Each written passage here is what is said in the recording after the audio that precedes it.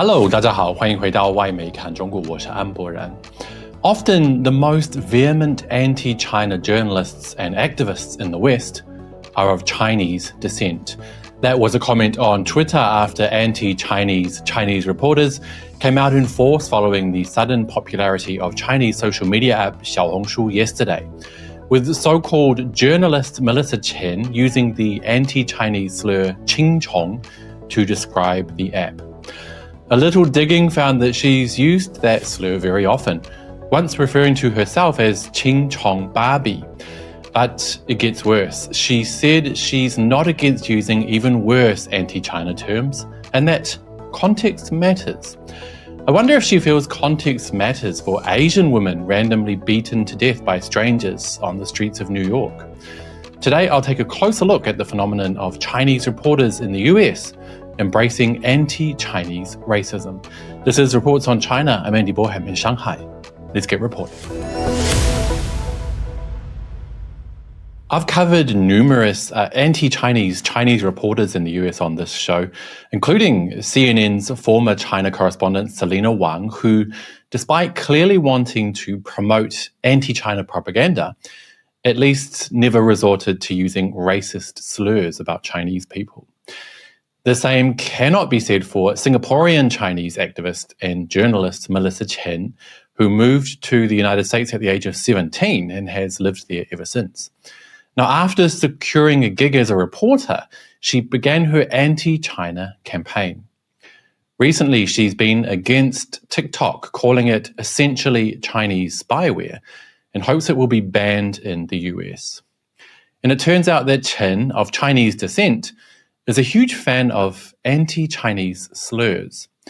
Yesterday, after news of Chinese app Xiaohongshu's popularity in the US hit the airwaves, she made this comment on Twitter. "Oh boy, is this a new Ching Chong spyware app?"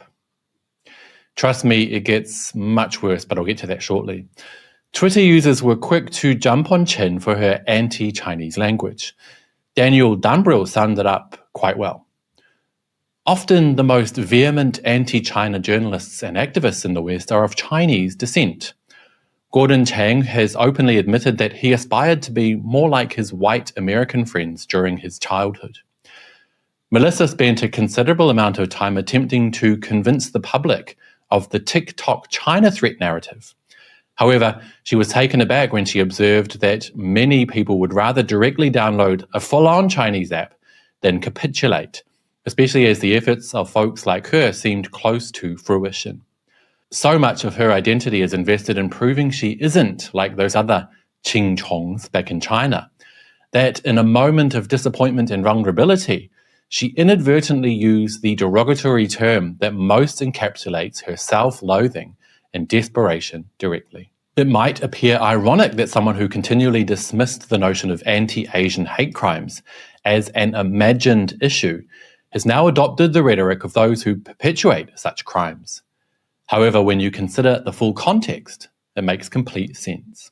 Now, what Daniel is talking about there, of course, is Chen's use of the anti-Chinese slur Ching Chong.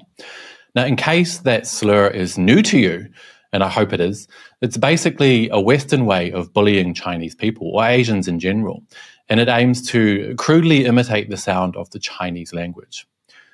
It turns out that not only is Chen keen on using that term, she also advocates for its usage. Can you believe it? As Daniel mentioned, she plays down the existence of anti-Asian hate crimes in the US, failing to support victims like the many Asian men and women who have been randomly bashed and even murdered by strangers on the streets in the United States, and instead chooses to advocate for the continued usage of anti-Chinese slurs. Early last year, she mocked the fact that TV comedian Stephen Colbert got in trouble for using the term in a skit. She lamented that after being told not to use that term, he hasn't been funny since. Also last year, Chen referred to herself as Ching Chong Barbie. But it gets worse because there's a scale of anti-China slurs which is used in the West, with Ching Chong, while still extremely negative, actually being quite a tame example compared to another term that Chen is quite fond of. This term is so derogatory that I'm not even going to say it. In fact, I'll just put the slur in question on screen now. Now, this is bad, honestly. Using this word is like using another C word to describe women. It is that bad. But in 2022, Chen argued that usage of that term is completely okay, depending on the context. In speaking of its usage, she said, "Context matters, intent matters."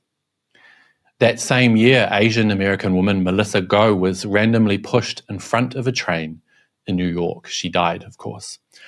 Another Asian woman, Guiying Ma, died from injuries after being struck repeatedly in the head with a rock in Queens, New York in 2021. Just terrible. So why is it that Chinese women working in media in the US seem to be more anti-Chinese than anyone else? Well, like Daniel Dumbrell said, often the most vehement anti-China journalists and activists in the West are of Chinese descent. Is it because they're going above and beyond to show their fellow Americans that they're part of the team, that they can be just as anti-Chinese as anyone else? In some cases, even more so? Is it a safety mechanism, a way to shield themselves from the inevitable anti-Asian sentiments they might run into living in the United States? Or is it worse? Is it just a way for them to make money? Is it worth noting that both Melissa Chen and Selena Wang are married to white men? Well, these are genuine questions, you guys, because I truly don't know the answer. I think probably from the outside looking in that it could be a mixture of all of the above. But what do you think? I'd love to hear your thoughts, so please do let me know down below. And on that note, that will be it for today, you guys. But please remember to hit like and to subscribe if you haven't already. It really does help the channel. I'll see you all next time. Bye-bye.